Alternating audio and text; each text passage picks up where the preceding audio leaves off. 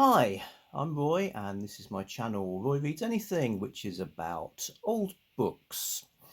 And the thing I'm going to talk about is those books that we sort of have with us throughout our lives. Sometimes I think we acquire books when we're quite young and we hang on to them. We hang on to them maybe through all sorts of moves and trials and tribulations, and somehow we've still got them, like a pebble on a beach that's been worn away and worn away, but it's still there. Or maybe we haven't still got them, and we reacquire them because we think, "No, yeah, actually, I want to have those." Um, and if this is a thing, not just some madness of mine, obviously everybody's books will be different. And I guess another thing is having them doesn't necessarily mean reading them. Sometimes you want the books as objects and mementos, or sometimes, as with me and these I'm going to talk about, you do actually regularly reread them. And even though you're coming at them with a different perspective, they still have that kind of life. So, does that make sense? Something you can comment on if you have books that you always want to keep, and maybe you've got them as sort of battered treasures that you've kept by you all these years, or you wish you had, or you'd like to get them back. So mine are a series of paperbacks about a character called Conan the Barbarian. These were published in the 70s, so I bought them when I was between the ages of about 13 and 18. Now there are lots more, but there's for reasons that I'll explain. There's a particular set of 14 of them that for me are like the ones, and the ones I want to keep hold of. So just very briefly, they're stories about the adventures of a warrior character in a imagined prehistoric world where civilizations flourished that have now been swept away. So it's our world, but there was Atlantis, and Atlantis was destroyed, and then there was the Hyborian kingdoms, which are sort of analogues of recognizable historical places, but it's prehistory, and magic works. So they're a type of fantasy story called Sword and Sorcery.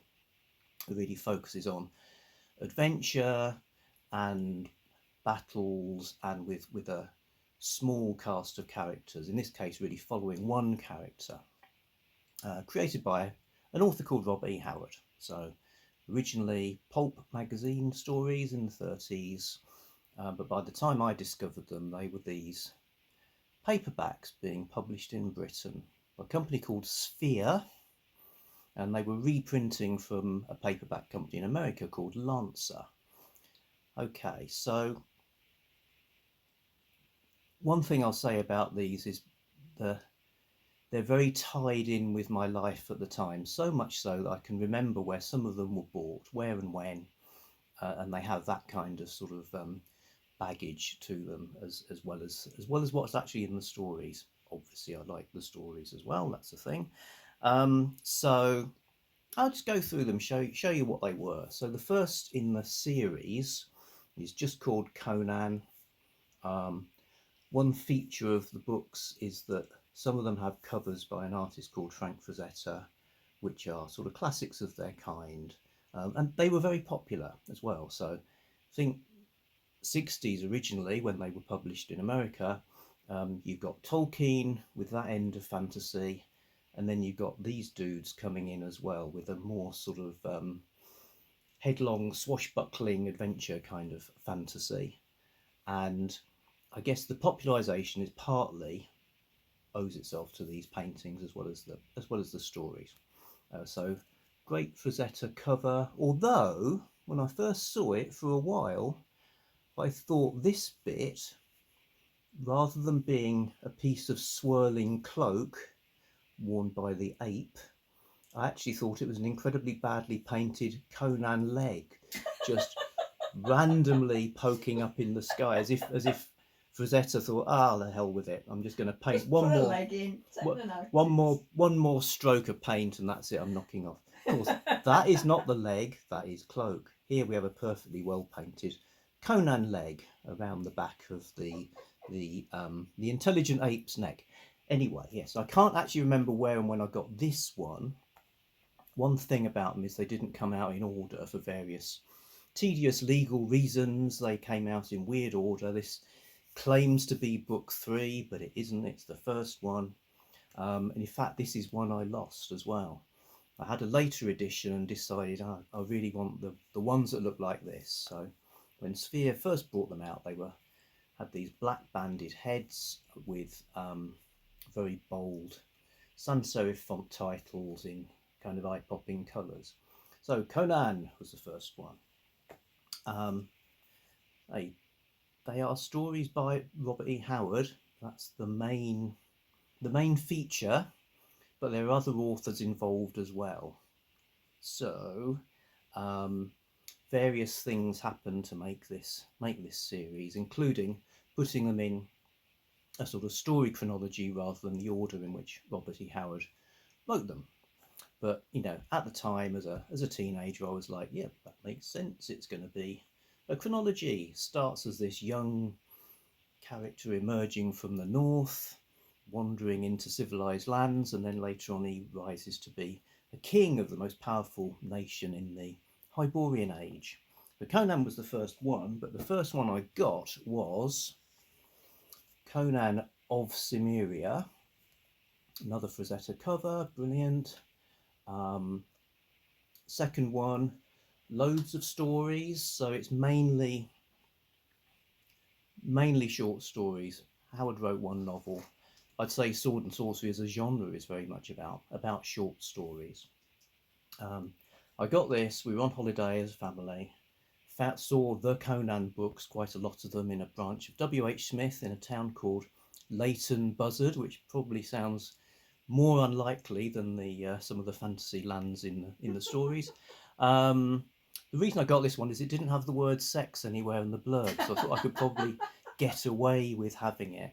And I remember I read it almost in the same day. Has it got any weird legs though? Well, no, the legs are pretty straightforward, although they're sort of sunk in snow. Yeah. Maybe he's a leg avoider when it comes. Read it nearly in one sitting. I remember my nan asking me, "Oh, what are you reading?" As well as the, do you need the light on? What are you reading? I said, "Oh, Conan of Cimmeria," already beginning to be sort of sullen and grunting like a barbarian. Said it was Conan of Cimmeria. She didn't hear properly. She thought I said Man of Liberia. So I'm waiting to find that book, Man of Liberia, that I'll have to read as well.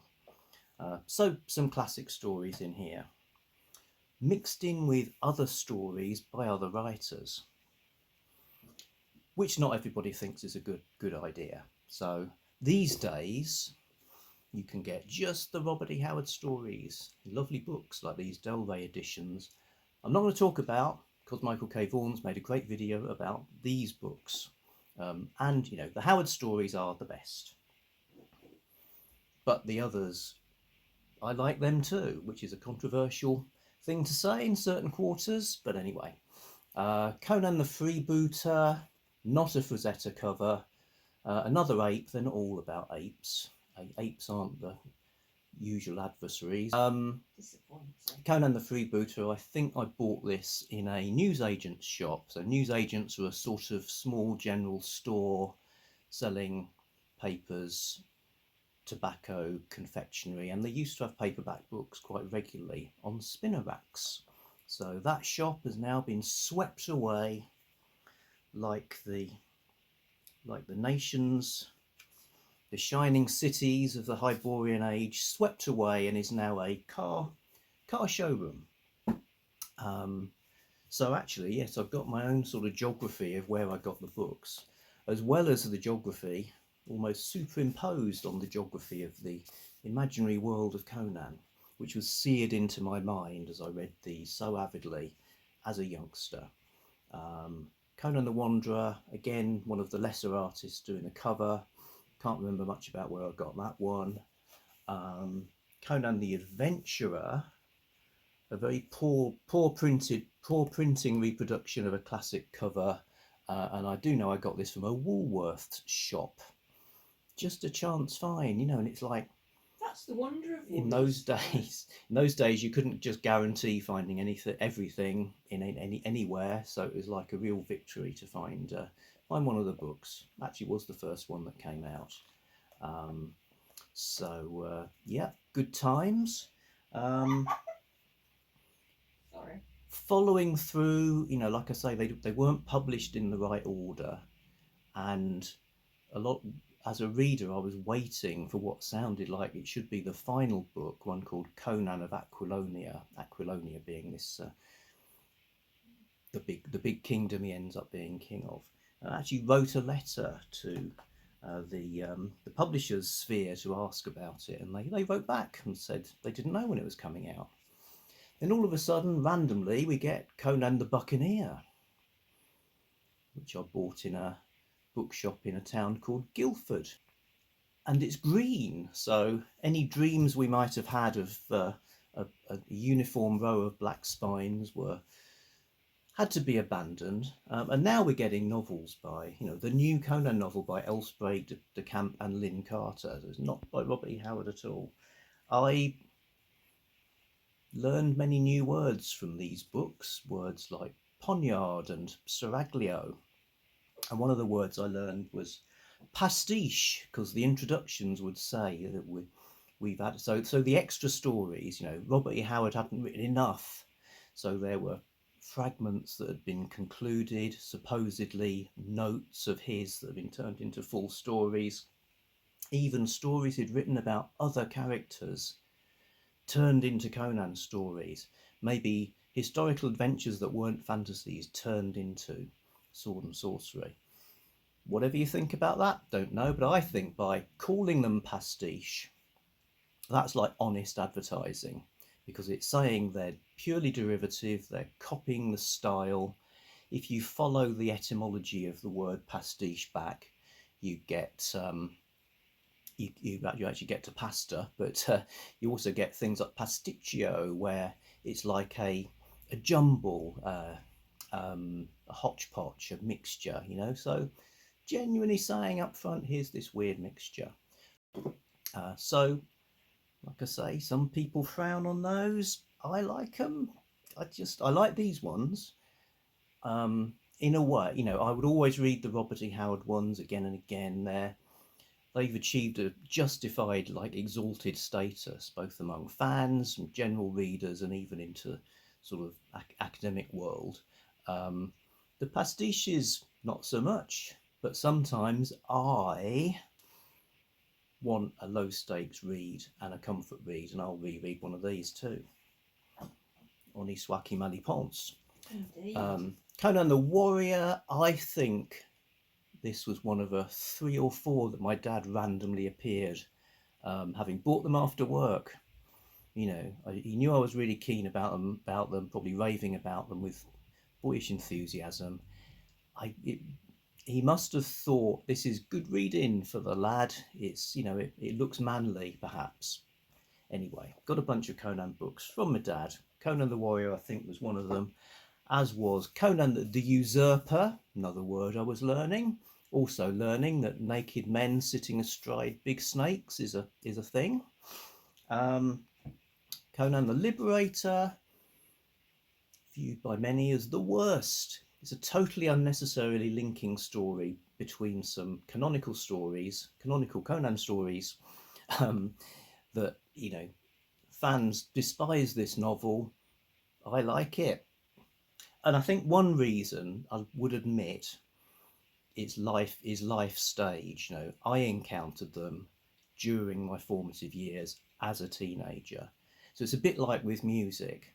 So at that sort of time in the 70s, listening to glam rock, for instance, you know, you had some sublime stuff. You could watch Top of the Pops. There'd be sublime things like David Bowie producing works that are, you know, fantastic. And there'd be other things like bands like The Sweet, who were a glam band who looked like wrestlers performing in a working man's club somewhere.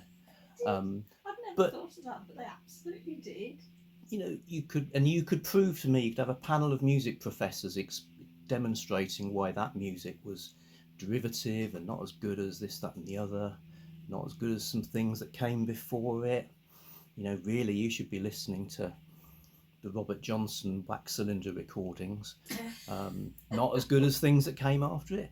Doesn't matter. Ballroom Blitz comes on the radio. It has an emotional effect on me based on life stage. Same true with these books. Conan the Conqueror, we bought on a trip to London in a shop called Foyles, a famous London bookshop. Still there, but at the time it was run like by it was like a family business.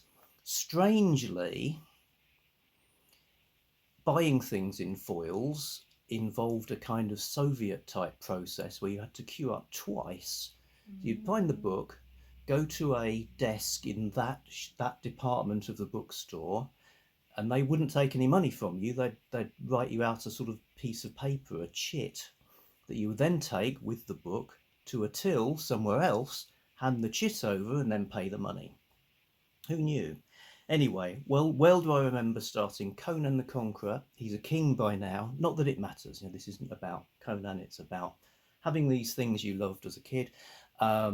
Reading it as we hurtled back in through the darkness, back from London, down towards Sussex, through tunnels and stuff like that. Conan the Avenger. Can't remember where I got this one. Do think it's a great cover. You do see a lot of sprawling women on these cover. The classic sword and sorcery cover, women are either being rescued or they're sprawling. Of course, all that's changed now. Conan, the long-awaited Conan of Aquilonia, which I remember buying. No, I don't remember buying. I remember having it on holiday. Again, another family holiday. I was quite an older teenager by now. Family holiday to France. And they would go to some gorgeous chateau or fabulous cathedral, and I would insist on sitting in the car to read this. Again, another one where it's not the genre-defining excellence of Robert E. Howard. It's potboiler work that I really like. The real sense that we're giving you, you know, we know you want more Conan stories, and we're giving them to you. Here they come. Though even I find the final chronological one of the series, Conan of the Isles, a little bit disappointing. Of course, he doesn't die or anything. But there's things like proto-Mayan characters with glass swords. It just felt a little bit more sort of sword and planety than it maybe should be. But there's a great fight in some tunnels with a load of rats. Cool. And then I thought it was all over, and I kind of grew out of it. I will say, as it's just us, and no one will embarrass me by knowing this. When I had these books lined up on a little shelf in my bedroom, I also acquired, I don't know why, some luminous paint, and I put dots of the luminous paint into the little Sphere logos so that at night I could still see them. My beloved books lined up as glowing in the night. That's why I married you. Don't tell anybody. Anyway, Conan the Swordsman is short stories that are sort of interleaved into some of the others. So it's like infill. You know, it's like when you've done a good polyfiller stroke spackle job, and then you need to go over again to fill in some extra cracks. So Conan the Swordsman, that really appealed to me. And the last summer, after school and before college, I read the whole lot again, all the way through, which was a lovely, lovely experience. So, like I say, and then there's been loads of other Conan books, and then I lost interest because, like these, if I can bring them back, these are like, I'm probably thumping the microphone like a lunatic, never mind. These ones are my kind of sort of identity forming books, if you like, so these will always be the one. I recently found some like better quality copies, and I was thinking, no, all these little chips and folds and scratches, and the precise way the pages are browned as they've sort of been with me for like 45 years. I kind of want that as, you know, more than pristine copies. Pastiche. Nearly all. Dr. Jenny has a joke to tell. I do indeed, referring back to Buccaneers. So Pirate 1 walks back onto the pirate ship. He's got new earrings on. And Pirate 2 says, "Those are nice earrings, mate. How much did they cost you?" And Pirate 1 says, $2. And Pirate 2 says, "Oh, that's not bad for a buccaneer."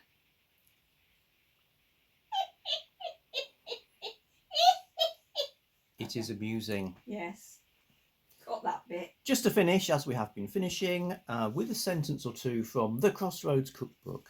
In fact, to sort of tie in with the whole theme, it's not a recipe for a Cornish pasty. It's the most 1970s paragraph ever committed to print in Britain. Britain in the 70s. So this is a soap character giving us advice on cookery. 14. Sometimes, with the advent of North Sea gas, one finds the jets too powerful for simmering. Alternatively, the jet goes out if put on too low. Both these dangers can be avoided by using an asbestos mat and turning the gas a little higher. This prevents burning and also prevents the gas from going out. Okay, Yes. do not do that. Don't ever do that. And we'll see you again with something else.